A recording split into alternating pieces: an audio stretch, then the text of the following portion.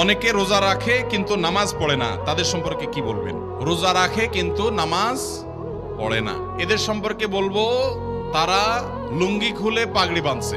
লুঙ্গি খুলে যদি কেউ পাগড়ি বাঁধে এই নিয়তে যে পাগড়ি বাঁধলে সওয়াব হবে, কিন্তু লুঙ্গি যে খুলে গেল সেটার জন্য কবিরা গুনাহ হবে, সেটার খবর তার।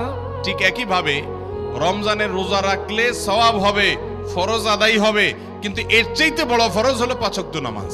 তো আপনি সেটাই যদি বাদ দিয়ে দেন তাহলে এই রোজা রাখলেন, তাহলে এর চাইতে বড়টা বাদ দিয়ে আপনি কম গুরুত্বপূর্ণটা করলেন। ওইটার তুলনা এটাও ফরজ, কিন্তু ওইটার চাইতে কম গুরুত্বপূর্ণটারে গুরুত্ব দিলেন, আসলটারে গুরুত্ব দিলেন না।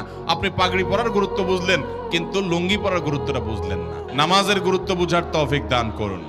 অনেক ভাই আছে নামাজের গুরুত্ব তাদের কাছে, কিন্তু উনি রোজা রাখে। রোজা রাখে এটা ভালো কথা, কিন্তু তার চাইতে ভালো কথা হলো নামাজ আদায় করা। একজন রোজা রাখে নামাজ পড়ে না,